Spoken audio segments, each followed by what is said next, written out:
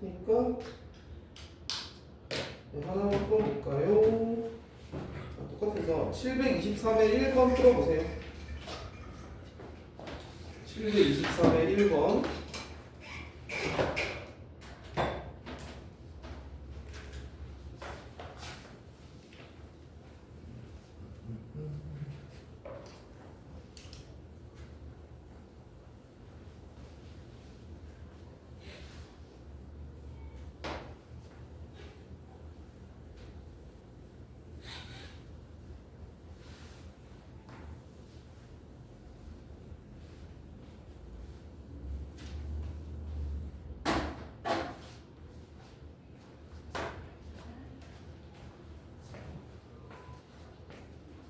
너무 쉽다.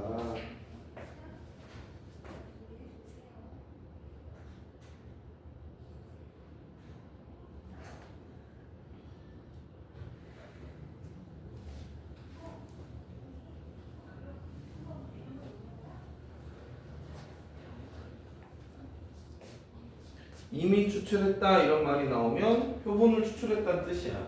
25개를 이미 추출했다. 표본의 크기 n이 25란 소리야. 그게 이제 2000 이상일 확률.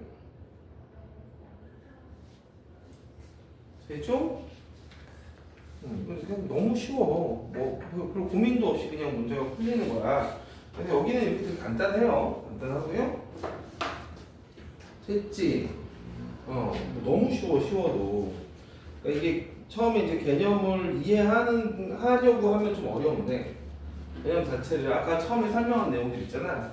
그거를 이해하려고 하면 조금 어려울 수 있는데, 실제로는 문제를 풀어보면 저것만 알아도 되니까, 그냥 뭐랄까, 약간 그냥 기계적으로 문제가 풀리는 거야. 자, 그런데, 일단 개념 핵심 1번을 한번 물어봐 볼게요. 개념 핵심 1번입니다. 자, x가 정규분포를 따릅니다. m 시그마 제곱을 따른다고 했고요. 자, 표본의 크기가 하나는 n1이고 하나는 n2래요. 표본 두 개의 표본을 뽑은 거야. 하나는 표본의 크기가 n1인 표본을 뽑았고, 다른 하나는 n2인 표본을 뽑았어요. 그랬을 때 그거의 표본 평균을 x 바라고 하고 얘 표본 평균을 y 바라고 했더니 x 바가 fx라는 함수 확률 밀도 함수를 따르고 얘는 gx라는 확률 밀도 함수를 따른대. 그리고 그래프가 이렇게 생겼다는 거야. 자, 이게 gx고요. 이렇게 넉대대한 게 fx래요.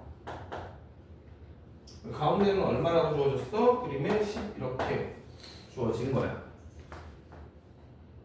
오케이? 얘가 누구? 얘가 x바의 분포고요. 얘는 y바의 분포인 거야. 이렇게 돼 있단 말이야. 이렇게 해놓고는 기역 뭐래? 기역? m이 10이래. 당연하지. 왜냐면 x바의 평균이 10이면 그게 무평균하고 같다 그랬잖아. x의 무평균 m이 여기 있는데 x바의 평균이나 무평균 m이나 똑같다며. 그러니까 m이 10이지 뭐.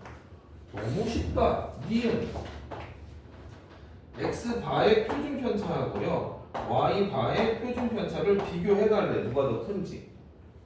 자, 근데 표준 편차는 정규분포 구성의 표준 편차는 이렇게 넉대대한 애가 표준 편차가 크다고 했죠? 그러니까 얘가 표준 편차가 큰 거야. 넓으니까. 당연히 참. 이게 디귿인데 n1과 n2가 누가 더 크냐고 했거든요. 근데 x바의 표준 편차는 이렇게 구한다고. 루트 n분의 시그마. 루트 n분의 시그마. 그럼 얘가 루트 n1분의 시그마일 것이고, 왜냐면 표준편차 동일하잖아. 모 표준편차 동일하단 말이야. 얘는 루트 n2분의 시그마일 텐데 그 둘 사이에 이런 관계가 있기 때문에 표준편차 동일한데, 모 표준편차 동일한데 이런 관계가 있다는 거야. 그럼 n1하고 n2는 어떤 관계 있겠어? 제곱수가 더 크겠지. 분모가 더 크니까 얘가 작아진 거 아니야. 그래서 지금 이거냐고 물어봤는데 디귿에서는 뭐라고 했어? 왼쪽이 더 크다고 했으니까 디귿은 x. 아 선생님 쉽네요. 쉽다니까. 이거만 알면 돼. 알겠지? 아이고 쉽네. 선생님 이거 할 수 있을 것 같아요. 그죠? 이거 크리에이티브 별로 어렵지 않습니다. 여러분 해보시면 돼. 됐죠? 됐다. 자, 개념 익힘 3번을 개념 익힘 3번 해보자. 개념 익힘 3번. 개념 익힘 2번은 그냥 하면 돼. 개념 익힘 3번. x의 분포가 그렇게 되어 있대요. x가 마이너스 2, 0, 1 확률 3분의 1, 2분의 1 a a는 구할 수 있죠. 총합이 1 나와야 되니까 이거 두 개 더하면 6분의 5인 것 같지 않아? a는 6분의 1인 것 같아. 그치? a 구하는 건 별로 어렵지 않아. 뭐라고 했냐면 이 상태에서 표본의 크기가 16 표본을 추출을 했어. 그래놓고는 x바의 평균하고 x바의 분산을 구해달래. x바의 평균은 그냥 이 녀석의 평균하고 같을 거고 이거 평균을 구하는 거 어떻게 이렇게 다 곱해서 더하면 되잖아. 평균 이산 확률 분포. x바의 분산은 이 녀석의 분산을 구해. 그거를 n분의 16입니다. n분의 16 분산은 표본의 크기분의 16이야. 미안해. 표본의 크기분의 분산. 그래서 16분의 v. 얘랑 얘만 구하면 되잖아. 그럼 이거 평균 구하자. 평균 x의 평균 얘가 m이에요.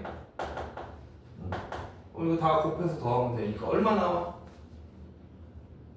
다 곱해서 더하면 얼마 나옵니까? 얼마야? 마이너스 6분의 1? 아닌가? 몰라. 마이너스 3분의 2 더하기 6분의 1 이거 하시면 돼요. 그럼 얼마야? 아니 마이너스 2분의 1이면 얘가 모평균. 그러니까 얘가 모평균이야. 분산은 어떻게 구한다고 했죠? 별량 제곱 평균 빼기 평균 제곱이죠? 모분산이야. 모분산 x의 분산 별량 제곱 빼기 평균 빼기 평균 제곱이라고 했어. 요거 계산하셔야 돼. 별량 제곱의 평균 4, 0, 1 제곱한 거야. 다 곱해서 더해. 별량 제곱의 평균은 3분의 4 더하기 6분의 2죠. 0은 어차피 0이니까. 이게 별량 제곱 평균이고 빼기 평균의 제곱을 하시면 되죠. 평균의 제곱. 이게 이제 분산. 그럼 이거 분산이 얼마 나와요? 이거 컨닝해야지. 얼마? 4분의 5가 나오는데 계산하면 이게 분산. 요거를 이제 여기다 집어넣으면 된다고. 그래서 답은 16분의 4분의 5. 이게 이거 너무 쉽죠. 그냥 쉬운 거야. 그냥 알겠죠? 이 단원의 특징이야. 특징이 뭐냐면 내가 지금 뭘 아는지 모르는지 모르겠으나 문제는 풀려. 이 단원이 그래. 자, 여기까지는 괜찮지? 자, 그런데 이제 얘는 좀 지울게. 자, 외웠을 거라고 믿어. 외워놓고.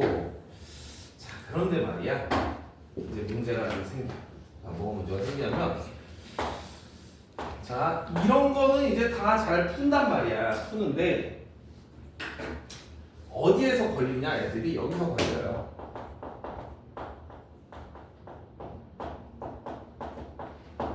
실제로 표본을 구성을 어떻게 하는 거니? 얘들아, 너네 표본 구성하는 방법 알아? 를 문제를 통해서 물어봐요. 너네 표본이 어떤 원리로 구성되는지는 아는 거야? 사실은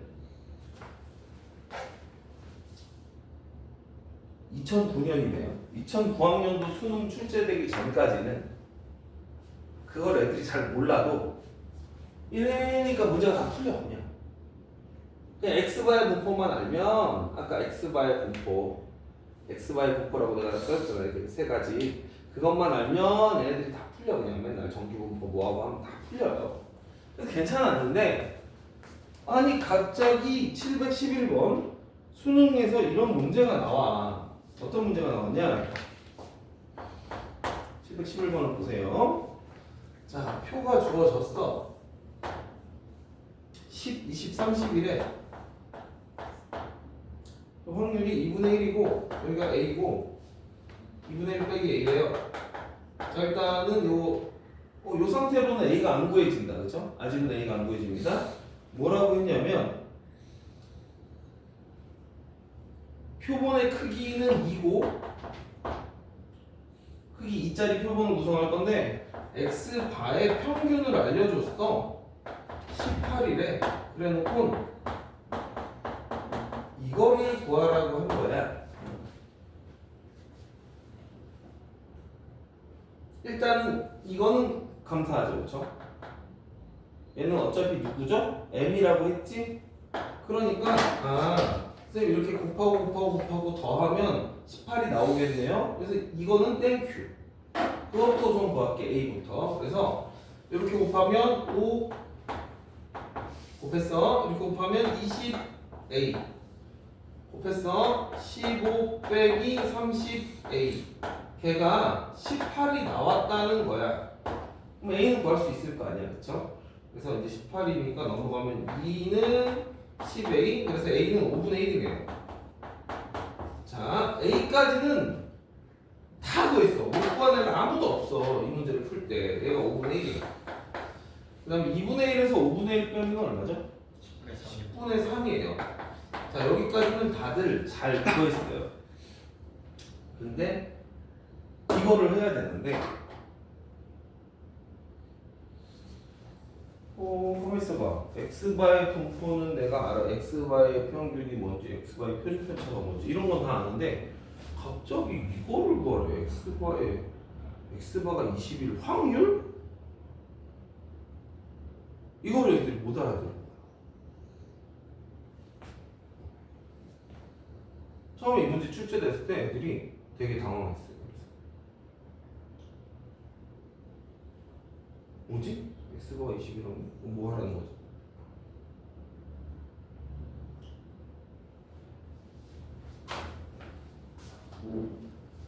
자, 여기 앞에 지워도 될까? 지워도 돼요? 자, 지금 도대체 이게 뭔 시츄에이션이냐? 그동안에는 그냥 잘 풀렸는데 이렇게 물어보니까 안 풀리는 거야. 이게 바로 뭐냐면 이런 겁니다. 표본의 크기가 이래면 실제로 주어진 이 모집단에서 안 돼! 이 주어진 모집단에서 표본 좀 구성해 볼래? 이거였어요. 크기 2짜리 표본을 너네 한번 구성해봐. 크기 2짜리 표본을 실제로 크기 2짜리 n이 2인 표본들을 구성할 수 있냐 이거야. 구성을 해봐라는 거야. 표본들을. 그럼 표본이라는 건 뭐라고? 순서 쌍이라고 했잖아요. 모집단은 10, 20, 30인데 얘네들을 가지고 순서쌍을 만들어 보라는 얘기였다고요. 근데 무슨 추출? 복원 추출이라고. 순서쌍을 만들 때 순서쌍이 그러니까 10,10도 되는 거고 10,20도 되는 거고 10,30도 되는 거고 20,10도 되는 거고 20,20도 되는 거고 20,30도 되는 거고 30,30도 되고 30,20도 되고 30,30도 된다고. 이렇게 총 서로 다른 표본이 9가지가 나온다는 사실을 몰랐어. 그 당시 애들이.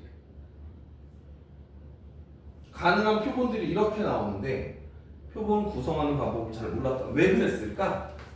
왜 그랬을까? 아까 처음에 선생님이 열심히 설명했지. 그거 들을 때 애들이 다 너네랑 비슷했어. 너희들 뭔 소리야? 여긴 어디야? 나는 누구야? 이러고 있다가 얘들아 이렇게 하니까 문제 다 풀려. 그래서 문제는 풀리는 거야. 개념이 없는 상태로 문제는 풀리니까 잘한 거야 그냥. 아 나는 이 단원을 할 수 있는지 알았어.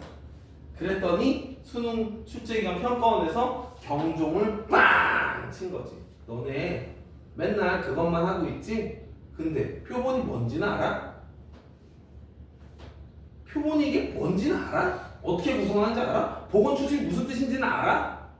이렇게 됐다고. 애들이 못 푼 거죠. 답이 뭐예요, 선생님? 그러니까 결국엔 이거예요. 자, 내가 이런 식으로 표본을 구성했을 때 이런 표본에서의 x반은 뭐야? x반은 얘네들의 평균. 둘의 평균은 10이잖아, 10. 이 둘의 평균은 15. 평균은 20. 아, 이런 애를 찾아달라는 거구나. 이런 애를 찾아주세요라는 소리인 거예요. 표본이 이렇게 구성될 확률을 구해주세요 이 뜻이라고요. 그럼 이렇게 구성됐다라는 얘기는 내가 하나를 뽑았는데 10이 나온 거야. 10이 나올 확률은 2분의 1. 30이 나올 확률은 10분의 3. 아, 이거예요 선생님. 맞아요. 20이 나올 확률은 5분의 1 곱하기 5분의 1.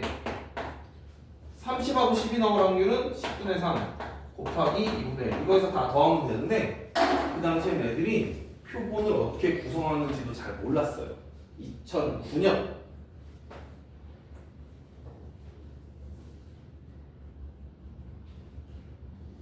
지금은 되게 강조를 합니다. 왜냐하면 이런 식으로 문제가 나온 다음부터는 이런 형태의 문제들이 계속 출제가 되고 있어요. 단순히 x바의 분포만 알면 풀리는 게 아니라 표본 제대로 구성할 줄 알아? 이걸 물어보는 문제를 계속 내고 있습니다. 그래서 표본은 어떻게 구성한다? 순서 쌍이다. 복원 추출이다. 이 사실을 꼭 아셔야 한다. 무슨 말인지 알겠어요? 됐어? 자 정리해 볼게. 결국에는 이건 그럼 무슨 뜻이냐? 이런 뜻이에요. 얘가 갖는 의미는 결국에 자 두 개의 원소를 뽑을 건데 두 개의 원소를 뽑잖아요. 두 개의 원소를 뽑는데 그 원소의 합이 평균이 20이니까 합이 40인 확률을 구해달라는 뜻인 거야. 근데 이러면 안 돼. 그러면 합이니까 이거 더하면 되는 거야. 그러면 곤란하다. 표본 구성 방법을 잘 모르는 거다. 20, 20도 계산을 해야 된다. 이렇게 생각을 하고 답을 해준대. 10, 30, 30, 10, 20, 20 이걸로 답을 하면 되는구나. 확률 계산하면 되는구나. 이렇게 이해를 하면 된다. 이해됐어요? 이해됐어? 자, 관련된 문제가 또 어떻게 나왔나 한번 보여줄게. 이게 최근에는 또 다양한 방식으로 이거를 또 많이 물어봐요. 이게 제일 어려운 소재야. 765번 379쪽입니다. 379쪽에 765번 다음 종합 765번 보이세요? 그렇게 물어보는 거예요. 얘도 수능이잖아. 이렇게 나오고 있다는 거지. 풀어보자. 풀어보세요, 이 문제를.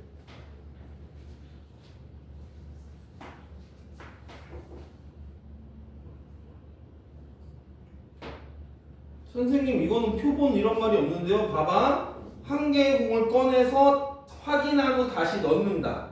복원 추출이죠. 그러니까 이게 표본인 거예요. 두 번 반복한데 표본의 크기가 이구나. 그럼 우리는 뭐 해야 돼? 일단 x의 표부터 그리셔야 돼. x의 확률 분포 표부터 그리셔야 되는 거야.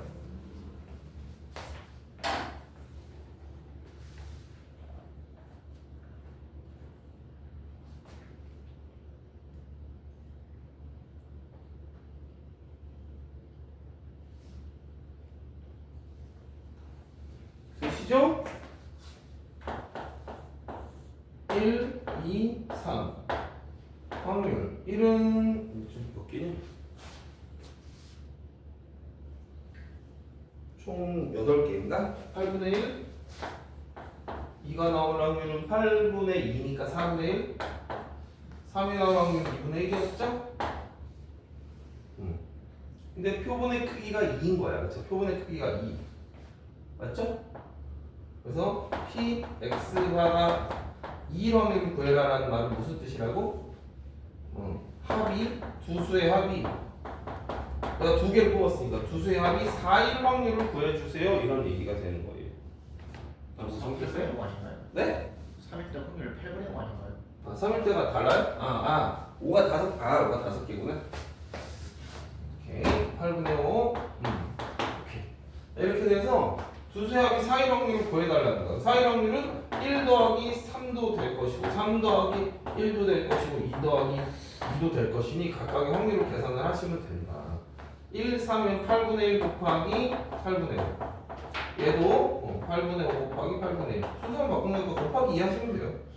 이 경우는 4분의 1 곱하기 4분의 1 선생님 아까랑 문제 거의 똑같네요. 그렇지. 근데 이런 형태로 문제를 내고 있으니 조심하자.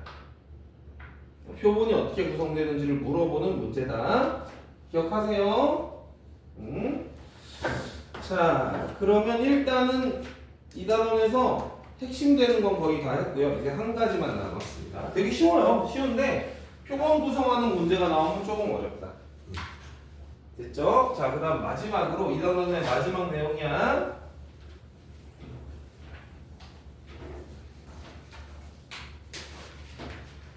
자, 마지막 내용으로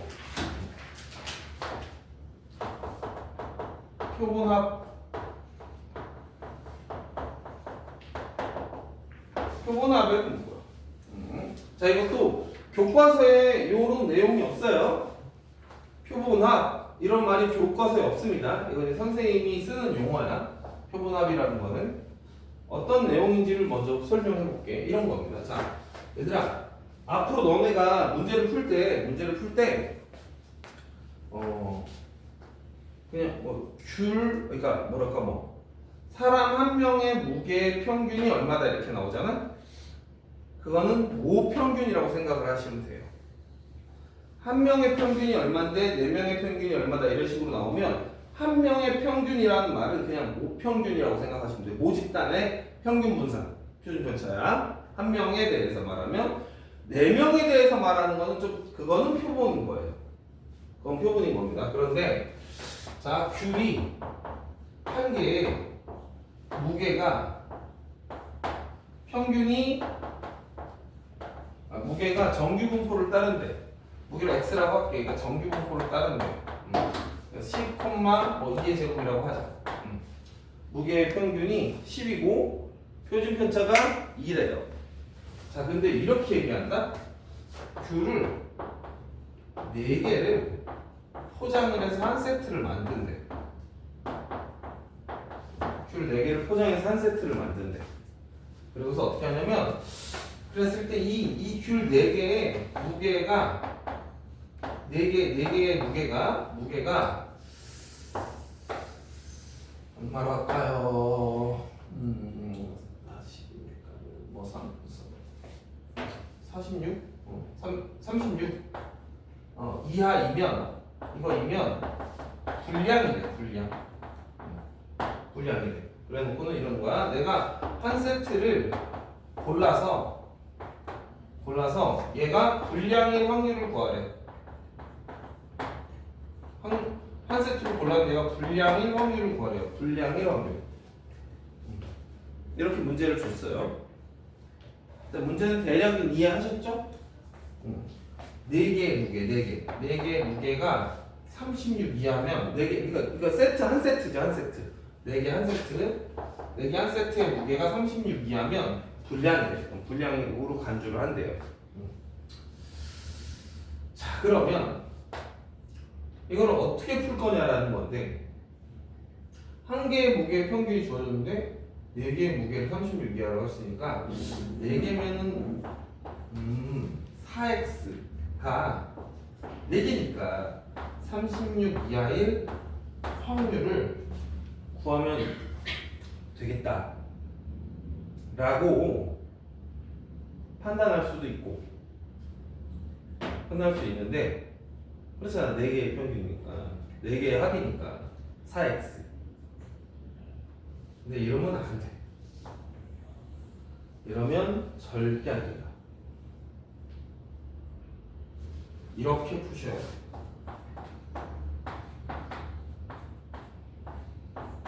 이렇게 풀어야 돼요. 이유를 말해줄게. 이유를 말해줄게요.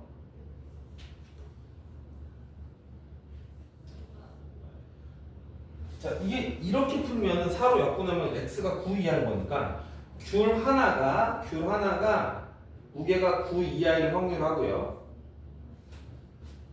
4개 합친 게 36 이하일 확률이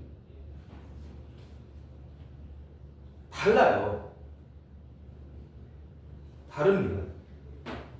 그러니까 어떻게 보면 되냐면 예를 들어 엘리베이터를 타. 정원이 예를 들어서 10명이래. 근데 걔는 600kg이 넘으면 삐 걸려. 600kg 넘으면 삐 걸려요. 그러면 그거를 만약에 10x가 600 이상이라고 하면 x가 60kg 이상이면 내가 60kg 이상이면 걔가 삐 울린다는 얘기가 되는 건데 그럼 좀 너무 말이 안 되잖아요. 왜냐면 몸무게 큰 애도 있고 작은 애도 있고 그들의 합이 600 이상이라고 하는 거잖아.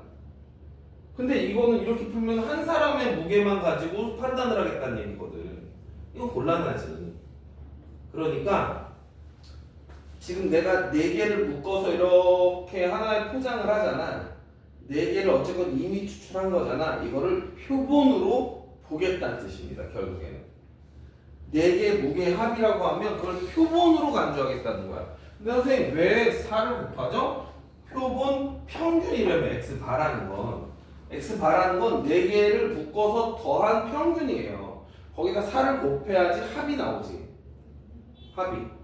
그래서 이제 여러분이 이제 오해하면 안 되는 게 이제 이렇게 풀면 안 된다. 이렇게 풀면 안 되고 반드시 이렇게 푸셨어야 된다. 즉, 이 문제는 다시 x바의 분포가 중요했던 거지.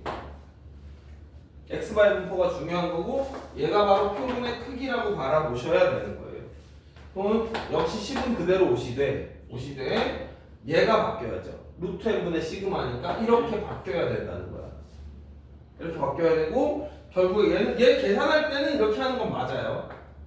결국엔 P, X바가 9 이하일 확률을 물어본 게 되는 거고 표준화까지 때리시면 X바는 얘를 따르니까 Z는 마이너스 1 이하일 확률을 계산을 했어야 옳은 거지. 이거를 계산하면 안 된다. 이거를 표본합의 분포라고 해요. 그러니까 표본합의 분포라는 건 뭐냐면 그러니까 예를 들어서 n개의 합 가지고 문제가 나오면 이렇게 풀어라. nx가 아니고 nx바라고 생각하고 풀어야 된다. 이렇게 x바에다가 n개 곱한 거가 표본합이다. 그거를 표본합이라고 부르는 거야. 표본합이라는 표현은 문제에 안 나와요. 안 나오고 이런 식으로 넌지시 주는 거예요. 보통 애들이 4개를 뽑았는데 평균이 얼마야라고 하잖아. 그러면 다들 x바라고 써요. 근데 4개를 뽑았는데 합이 있다 이런 말을 하면은 이런 짓을 하는 애들이 생각보다 많다. 생각보다 많아요. 그러면 안 된다. 자, 해당하는 문제가 개념 익힘 8번입니다. 358쪽. 개념 익힘 8번입니다.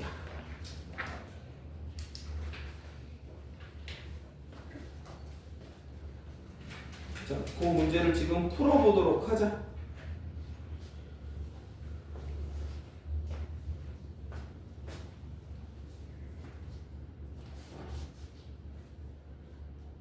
여기 지워도 될까?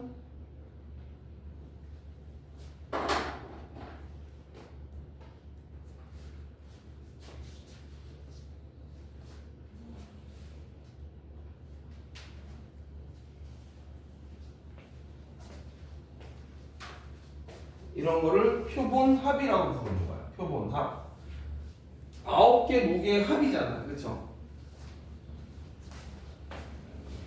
적재 중량이 540이다. 9명이 탑승했다. 9명 무게의 합. 그러니까 9x 바로 푸셔야 된다. 9x 바로. 그것만 안 헷갈리시면 문제는 쉬워요. 9x 바라고만 쓰면 어차피 x바의 분포로 푸는 문제니까 문제는 쉽다.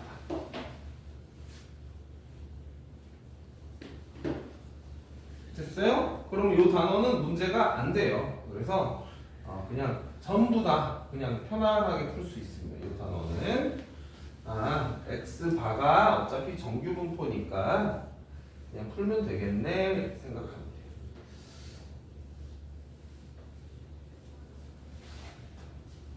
됐죠? 자, 그럼 일단 이 단어는 마무리할 거고요. 자, 됐어? 풀었어? 아직 못 풀었어? 못 풀겠어? 네? 계산하기 귀찮아요. 풀었어요? 다른 사람들은? 자, 그러면 지금까지 한 게 바로 뭐냐면 x바의 분포. 자, 이 단어는 통계적 추정이라는 단원입니다. 지금 우리가 하는 게 통계적 추정이라는 단원인데, 통계적 추정이라는 단어는 두 개의 소단원으로 나뉘어요. 그 중에 하나가 바로 표본 평균 x바의 분포라는 단원이에요.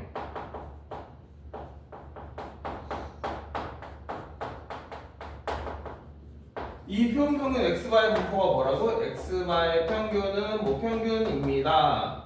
x바의 분산은 n분의 v입니다. x바의 표준 편차는 루트 n분의 시그마입니다. 얘만 아니까 모든 문제가 다 풀리더라. 이 단어는. 이게 첫 단원이에요. 두 번째 단원이 바로 뭐냐면 이게 이 단원의 실제적인 목표야. 모평균의 추정. 자, 이렇게 두 개의 단원인데 그 중에서 한 단원은 해결한 거고요. 두 번째 단원 들어갈 겁니다. 시간이 없어서 두 번째 단원을 글쎄 모르겠어. 시간이 좀 부족해서 선생님이 너희들한테 강의 영상을 추가로 해서 영상을 줄 거야. 그러니까 그 영상을 추가로 좀 보세요. 일단 이거는 개요 최대한 한번 다 설명을 해볼게. 시간이 약간 부족한데 모평균의 추정이라는 건 이런 거예요. 자, 우리가 아까 처음 시작할 때 선생님 여기 동그라미 그리고 막 점점점점 찍은 다음에 여기가 모집단이야. 그 중에서 표본을 뽑았어. 막 이런 얘기를 했잖아. 표본은 왜 뽑지? 모평균을 일일이 구할 수 없어서요. 네, 정확해요. 표본을 뽑는 이유는 모집단 전체를 조사하기에는 너무 힘든 거야. 너무 많아. 그러니까 일부만 뽑아서 모집단 전체의 특성을 파악하려는 겁니다. 그쵸? 그지? 그러면 얘들아 생각을 해봐. 표본은 예를 들어 크기가 1000개인 표본이라고 쳐볼게. n이 1000인 표본을 뽑아서 내가 모집단을 추정하려고 해. 표본은 몇 개를 뽑을까요? 표본은 몇 개를 구성할까요? 실제로 모평균을 추정할 때 표본을 여러 번 구성을 할까요? 아니면 한 번만 구성할까요? 한 번만. 표본은 한 번만 구성해요. 왜지? 아니 모집단 전체를 조사하기 싫다며. 너무 힘들다며. 그래서 일부만 뽑겠다는 게 표본이잖아요. 5천만 명이에요 전체가. 1000명만 조사해서 전체를 어떻게 돌아가는지를 알고 싶은 게 표본이거든. 근데 그놈의 표본을 1000개짜리를 뽑고 또 1000개짜리를 뽑고 또 1000개짜리를 뽑고 이걸 계속 뽑고 있으면 그럴 바에 그냥 전체 다 조사하지. 안 그래? 그렇잖아요. 그래서 이게 되게 웃기는 거예요. 나는 어릴 때 너희도 나랑 비슷한 생각을 했는지 모르겠어. 지금 이 시간 수업하는 동안에 나는 이걸 배우면서 되게 이상하다고 느꼈어요. 아니 왜 표본 평균을 그렇게 많이 뽑아서 그걸 평균을 내고 있는 거야? 표본은 한 번만 표본 아니 전체를 몰라서 그런 건데 왜 표본을 계속 뽑아서 그거의 평균을 구하지? 이런 게 나는 의아했었어요. 나중에 이제 알게 됐어. 나중에. 그러니까 나는 어떻게 결론 내렸냐? 이건 구라야. 그러니까 이론적으로 그렇다는 얘기야. 실제로 표본을 1000개짜리 표본을 계속 1000개짜리 뽑아서 X바 하나 구하고 또 1000개짜리 뽑아서 X바 하나 구하고 그래 그거 싹 다 평균 낸다고? 그런 짓을 왜 해? 아무도 안 해. 이론적으로 X바들 그 수많은 X바들을 다 구해서 평균을 내면 얘가 되고 그거의 분산이 얘가 되고 그거의 표준분자가 얘가 된다라는 거지. 된다라는 거지. 실제로 X바를 많이 뽑는 일은 없다. 크기가 1000이라면 1000개짜리 하나를 뽑는 게 실제로 그러니까 그게 이제 현실인 거죠. 그래서 여기서부터가 진짜예요. 이건 무슨 얘기냐? 표본을 크기가 n인 표본을 한 개를 구성하는 거야. 순서상, 응? 1000개짜리 표본 한 개를 구성하는 거예요. 그래서 이거의 표본 평균을 구합니다. 걔가 X바. 이 값이 하나가 나온 거예요. 예를 들어서 전국 학생들의 수학 점수의 평균이 궁금해서 내가 1000명을 딱 뽑았더니 평균이 70점이 나왔어. 그럼 자, 모평균이 70점이다가 참이야?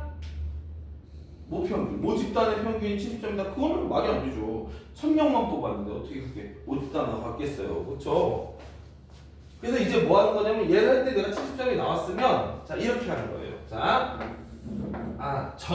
전국에 있는 학생들 실제로 평균은 대략 한 75점과 65점 요 사이에 있지 않겠니? 라고 추정하는 거예요.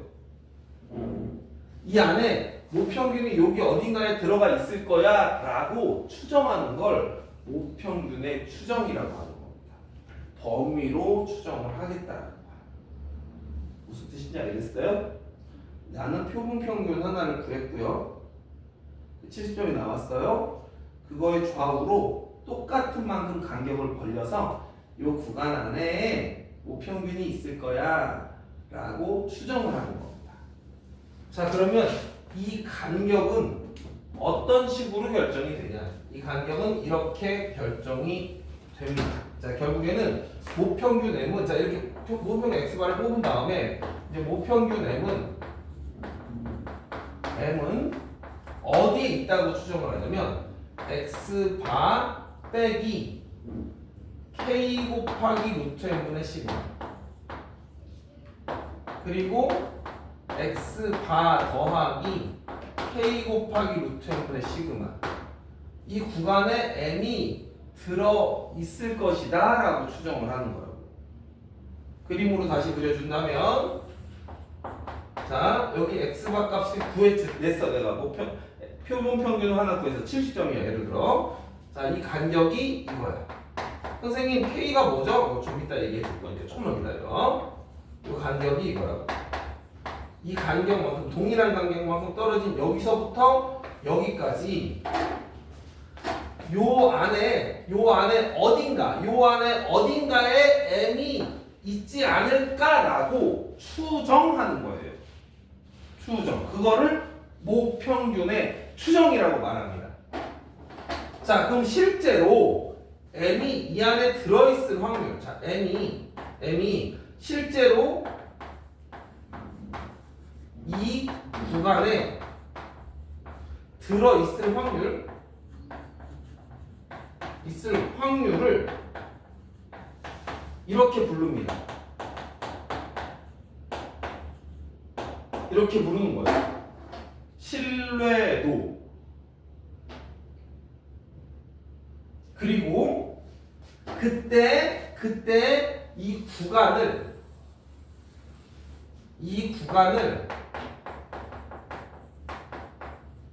신뢰 구간이라고 불러요. 그러니까 신뢰도라는 말은요. 네가 정한 이 구간이 얼마나 믿을 수 있니? 이 안에 실제로 모평균이 들어있을까? 그 있을 확률이 들어있을 확률이 95%일 경우 그때 K값이 1.96으로 결정이 되어 있습니다. 신뢰도가 99%일 때 K값이 2.58로 결정이 되어 있어요. 그러니까 자 봐봐. 시그마는 뭐예요? 표준 편차입니다. 얘는 정해져 있는 값이라고 보는데 그지? 루트 n이라는 건 뭘까요? 1000명을 뽑았다면 루트 1000이야. 루트 1000. 그러니까 이 두 값은 우리가 알아요. K만 처음 보는 숫자거든요. 그 K는 어떻게 결정이 되는 거냐? 이 구간의 신뢰도에 따라서 달라진다고. 근데 신뢰도는 주로 95%랑 99%만 다뤄요. 근데 그것도 문제에 따라서 다르게 줄 수는 있으나 그냥 거의 99% 문제들이 다 이 두 가지만 다룹니다. 신뢰도 95%, 신뢰도 99% 이렇게만 다루고 신뢰도가 95%일 때 K값은 1.96으로 정해져 있다. 신뢰도 99%일 때 K값은 2.58로 정해져 있다. 라고 기억하시면 되고 이때 이 K를 신뢰도 상수라고 부릅니다. 신뢰도에 따라 달라지는 상수야. 자, 이제 상식적인 얘기를 조금 해볼게. 자, 조금 정리해볼 거니까 약간 좀 어려웠어도 잘 한번 들어봐. 얘들아, 나는 지금 내가 하고자 하는 건 이거야. 표본을 추출했어. 점수의 평균을 구했어. 70점이 나왔어. 그러면 모평균이 70인 건 아니니까 70부터 요만큼 안에 평균이 있어야라고 말하고 싶은 거야. 그치? 근데 그 안에 항상 평균이 들어있는 거 아니야. 평균이 딴 데가 있을 수도 있잖아. 이 안에 평균이 들어있을 확률, 그거를 신뢰도라고 부르거든. 신뢰도가 95%인 경우도 있고 99%인 경우도 있어. 그럼 생각을 해봐. 신뢰도가 95%인 경우랑 99%인 경우랑 둘 중에 누가 더 구간이 더 넓을까? 좋고요. 신뢰도가 높을수록 구간은 넓어지죠. 구간이 넓으면 아무래도 그 안에 평균이 들어가 있을 확률이 더 높을 거 아니야. 구간이 좁히면 이거 구간을 너무 좁게 잡았어. 그럼 이 안에 평균이 없고 딴 데가 있을 확률이 더 높아질 거 아니야. 신뢰도가 높을수록 구간의 길이가 길어지는 게 당연한 거 아닌가? 그래서 신뢰도가 95%일 때랑 99%일 때 K값은 이렇게 차이가 나는 거라고. 더 크죠. K값이 더 크면 구간이 더 길어질 테니까. 무슨 소린지 이해가 될까? 이해됐어요? 그래서 이제 문제를 어떤 식으로 내는 거냐면 이런 식으로 내는 거예요. 별거 아니야. 되게 쉬워. 어떻게 되냐면 여러분, 자 지금부터 자 우리 이거 계산해 볼게요. 신뢰 구간 좀 구해주세요. 이래. 신뢰 구간 구해주세요. 이래. 신뢰 구간이 뭐라고? 요 간격, 요 구간. 꺽쇠가루로 표현하셔도 되고 이렇게 표현하셔도 돼. 자, 신뢰 구간 구해주세요. 그래. 그래놓고 자 내가 100개짜리 표본을 뽑았어 얘들아. 그랬더니 평균이 70이 나왔어. 70이 나왔어. 근데 모평균 시그마는 뭐 예를 들어서 10이래. 10. 표본의 크기가 아까 100개 표본과 루트 n은 100, 루트 100이니까 10. 그럼 요 값은 1인데 K 값은 뭐라고 하냐면 그 95%로 신뢰도가 95%예요. 그럼 얘를 집어넣어줘서 계산하면 되는 거야. 그럼 구간이 어떻게 나와? 70에다가 1.96 더한 거고 70에다가 1.96 뺀 거고 71.96과 계산하기 싫어. 아무튼 그 사이가 신뢰 구간. 그 안에 오평균이 들어가 있어. 근데 약간 5% 정도는 오차가 있을 수 있어. 난 95%쯤은 사실이야. 라고 말하는 게 오평균의 추정이라는 거예요. 오케이? 됐어? 자, 그러면 선생님, 그럼 이거는 암기해야 되나요? 숫자가 약간 지저분한데 암기해야 되나요? 암기할 필요가 전혀 없어요. 왜 전혀 없냐면 사실은 말이야. 사실은 이 신뢰도 상수라는 아이는 K는 사실은 표준화 수치예요. 표준화 수치입니다. 이게 무슨 소리예요, 선생님? 어떤 표준화 수치냐면 짠 표준화, 표준 정규분포입니다. 여기가 빵이에요. 빵이야. 그러니까 어떤 거냐면 A 짠 잘랐는데 여기 같은 가격으로 잘랐는데 요 넓이가 만약에 0.95래. 그때 Z 값이 실제로 1.96이 나온다고. 실제로 이 Z 값이 1.96일 때 요 안쪽에 넓이가 0.95 더라 이거야. 그렇게 해서 나온 수치라고 저게. 무슨 말인지 알겠어요? 응? Z. 자, 얘를 잘랐는데 샤 잘랐는데 얘는 전체 넓이가 0.99가 나왔어. 그랬을 때 이 Z 값이 2.58이더라 이거야. 2.58. 마이너스 2.58. 이렇게 됐다는 거야. 그러니까 문제를 줄 때 항상 알려줘요, 얘를. 항상 알려준다고.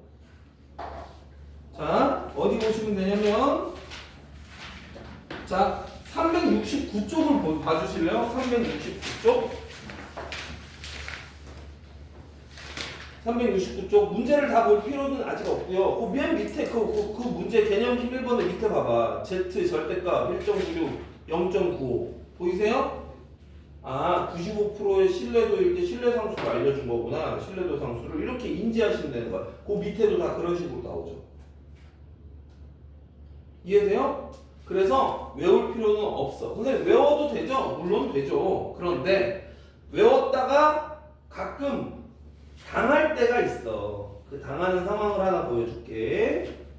외웠는데 아이고 이럴 때가 있어요. 그게 뭐냐면 그 확률 값을 다르게 줄 경우가 있어요. 일부러 계산하기 쉬우라고. 그래서 372쪽 보세요. 372쪽 봐봐. 시어가 372쪽에 741번에 2번. 그 밑에 보이세요? 얘는 너네가 혹시 계산하는데 너무 복잡할까봐 그걸 2로 주고 1.96 대신에 2라고 주고 2.58 대신에 3이라고 줬어. 그러면 거기에 맞춰서 풀어야 되는 거야. 그때 K값이 2고 K값이 3이 돼야 되는 거예요. 무슨 말인지 일단 알겠죠? 괜찮아? 그런 거야. 자, 그래서 일단 이해는 했고, 그러면 얘들아 개념 익힘 1번을 한번 풀어보실래요? 개념 익힘 1번을 한번 풀어보자. 요거 일단 찍어주시고 개념 익힘 1번을 한번 풀어보자고. 이게 정말 그냥 되게 쉽게 풀리거든요. 개념 익힘 1번 한번 풀어볼게요.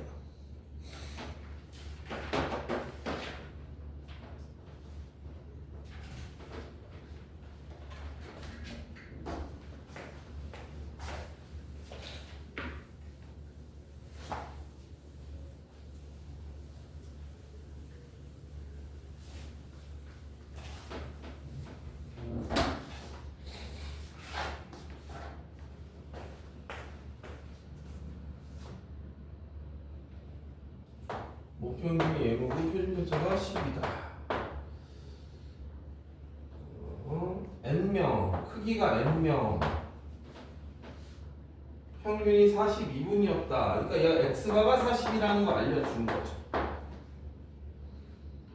신뢰도 95% 했던 신뢰 구간이 38.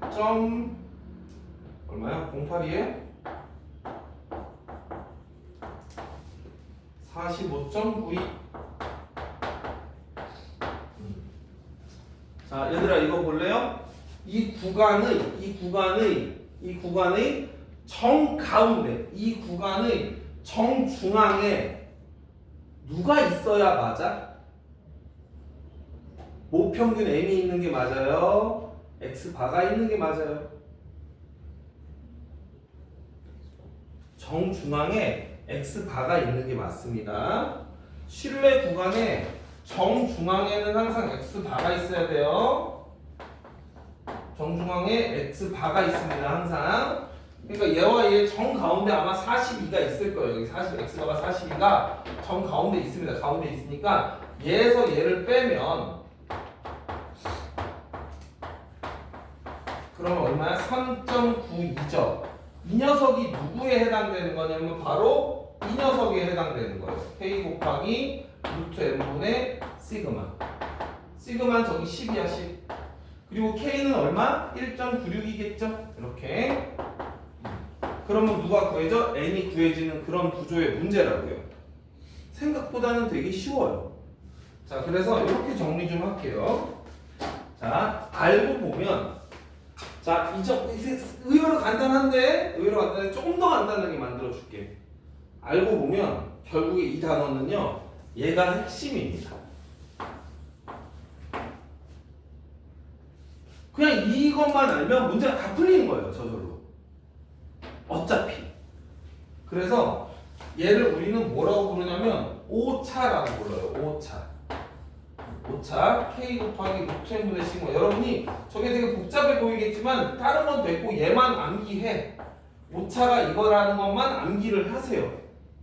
암기를 하시면 신뢰 구간도 그냥 x바에서 얘 더 빼고, 그렇죠? 얘를 오차라고 하고 신뢰 구간의 길이도 자주 나오거든요. 구간의 길이는 그냥 뭐냐면 요 길이야, 요 길이. 신뢰 구간의 길이는 이거의 2배. 오케이? 신뢰 구간은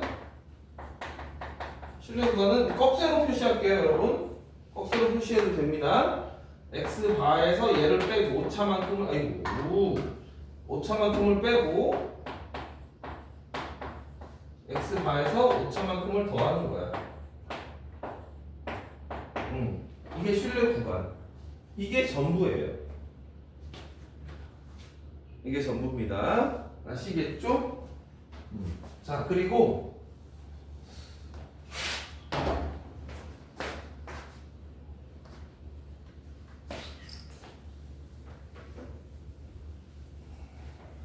여기까지 괜찮으시죠? 일단 괜찮아. 마무리 할게요. 자, 문제를 풀다가 얘들아 신뢰 구간이 주어지는 경우가 있어요. 주어집니다. 자, 사실은 지금 이 문제도 신뢰 구간이 주어져 있는 문제예요. 오케이? 신뢰 구간이 주어져. 신뢰 구간이 이렇게 됐대. 신뢰 구간이 예를 들어서 뭐 10하고 30 사이 이런 식으로 신뢰 구간이 이렇게 주어졌다고 쳐보자. 신뢰 구간이 주어져. 신뢰 구간이 주어진 경우에 너희는 항상 두 가지 사실을 알 수가 있어요. 두 가지를 알 수 있습니다. 신뢰 구간이 주어지면 기본적으로 너희가 제일 잘 아는 건 뭐냐면 얘에서 얘를 뺀 게 오차의 2배, 신뢰 구간의 길이니까. 그러니까 첫 번째 이거를 당연히 알 수 있죠. 얘가 누구랑 같다? 얘에서 얘를 뺀 거. 그죠? 30 빼기 10. 이거 괜찮죠, 이거는? 그러니까 이거 오차가 구해지네, 오차는 10이겠다, 그쵸? 당연히 이거는 되게 쉽게 아는데, 그 다음에 하나가 더 있거든? 신뢰 구간이 주어지면 얘를 바로 또 알 수가 있어요. x바. 왜지? 신뢰 구간의 정중앙에 누가 있다 그랬죠? x바가 있다 그랬잖아. 10과 30 사이에. 그래서 이 사실 이 두 가지를 꼭 기억하세요. 이거 매우 중요합니다. 이거 생각보다 많이 중요하다. 이거 중요하니까 꼭 기억을 하시고 얘들아 여기서 얘 있지. 이 녀석은 모표준편차 맞죠? 얘는 모표준편차입니다. 얘는 모표준편차예요. 얘들아 너희가 이 단원에서 만나게 될 표준편차들은 총 3가지가 있어요. 표준편차는 모표준편차라는 애가 나오고요. 표본 표준편차가 나오고요. 표본 표준편차.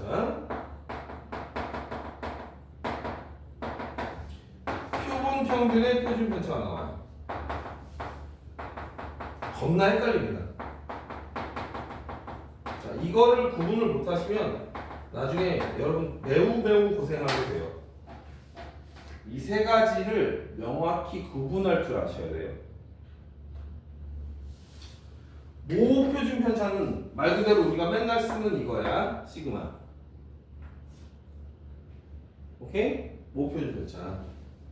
응? 모집단의 표준편차. 얘네들을 많이 헷갈리거든요. 헷갈리시면 안 된다. 표본평균의 표준편차라는 거는 표본평균의 표준편차예요. 아까 x바의 분포에서 나왔던 이걸 표본평균의 표준편차라고 하는 거야. 오케이?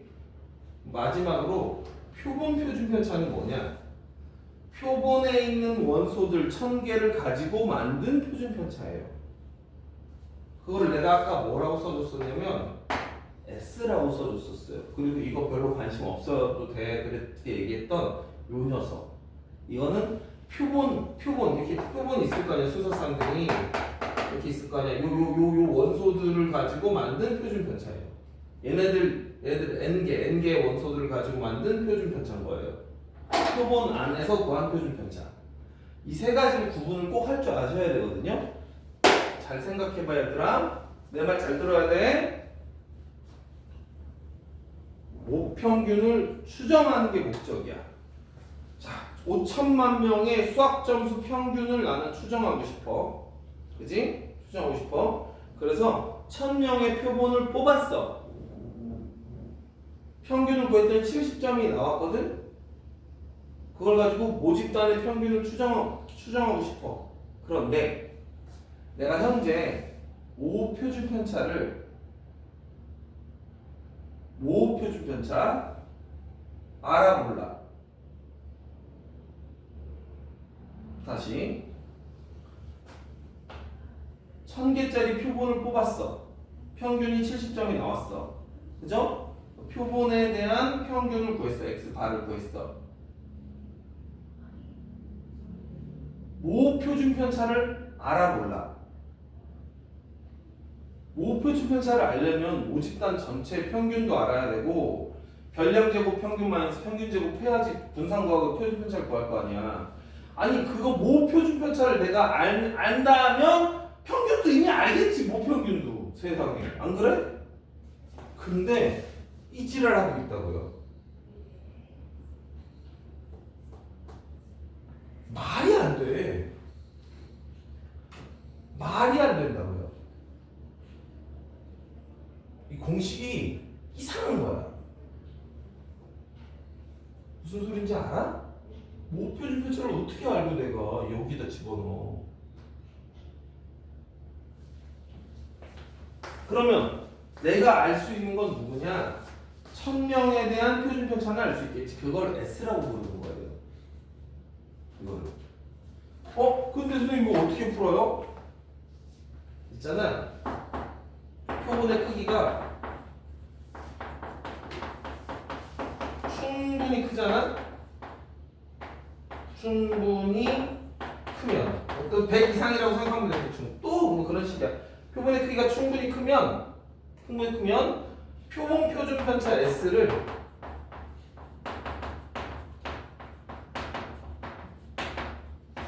S를 모 표준 편차로 대체할 수가 있어요. 시그마를 어떻게 해야 되지? S가 모 표준 편차 시그마 를 대신할 수 있다. 자, 결국에 무슨 소리냐면요. 어차피 문제를 풀잖아요. 그러면 항상 표준 편차가 하나가 주어져요. 하나가 주어지거든요. 그냥 걔를 사용하면 돼요. 걔가 표본 표준 편차인지 모 표준 편차인지 구분해서 쓰는 게 옳으나 이런 조건이 있어서 그냥 표본에서 구한 표준 편차를 여기다 집어넣으나 그냥 모 표준 편차가 주어지면 얘를 집어넣으나 똑같다는 얘기예요. 잘 보세요. 자, 개념 익힘 1번 다시 한번 봐봐. 거기 노란색 색칠되어 있는 거 보이시죠? 개념 익힘 1번. 모 표준 편차가 주어졌죠? 네, 그쵸? 그치? 그래서 그냥 저기다 집어넣으면 돼. 730번도 걔가 모 표준 편차예요. 거기 나오는 그 페이지에 있는 건 다 모 표준 편차가 주어져 있습니다. 다음 페이지 넘겨보세요. 개념 익힘 2번 보세요. 얘들아 볼래? 거기 있는 표준 편차는 표준 편차 20g, 모 표준 편차니 표본 표준 편차니 400개를 가지고 평균 구하고 표준 편차 구하는 겁니다. 걔는 표본 표준 편차예요. 얘를 여기다가 집어넣어서 계산하시면 된다고. 그러니까 그냥 상관없이 쓴다고요. 여기까지 할게요. 수고했습니다. 미안해. 좀 10분 늦어져서. 근데 일단 여기까지는 해줘야 돼서. 일단 그래도 선생님이 영상 공유를 다시 좀 해줄게요. 요거 말고 저기 예전에 여기 통계적 추정 수업했던 걸 좀 길게 한 거 있거든요. 그걸 보내줄 테니까 혹시 약간 이해가 안 됐거나 그런 사람들은 다시 좀 보세요.